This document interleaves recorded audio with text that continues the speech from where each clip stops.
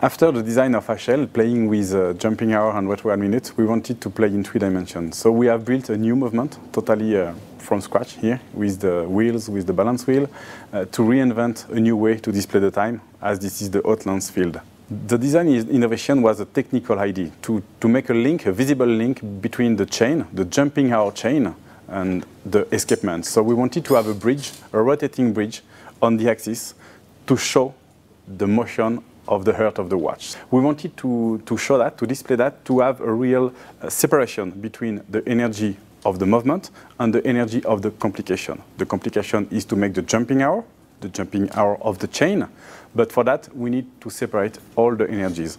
And at the end we have linked the escapement to the axis of the chain, so we can see the escapement rotating every hour.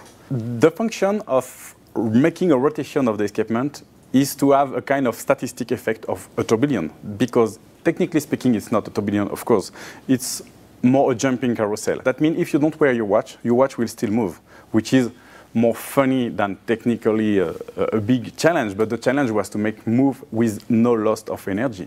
And this is why we have built a dedicated barrel for the complication and a separated movement with a speed limiter, with dedicated wheels regulation, with many components that you can see on the movement, which is made of 552 components. To make it real and to make it possible to wear on the wrist, because such a complicated watch should be really big, we wanted to have something ergonomic. So we wanted to have something curved, but still playing with the DNA of Outlands, having a real window on the display. So that's why the Sapphire is a huge Sapphire. The case is made by the Sapphire.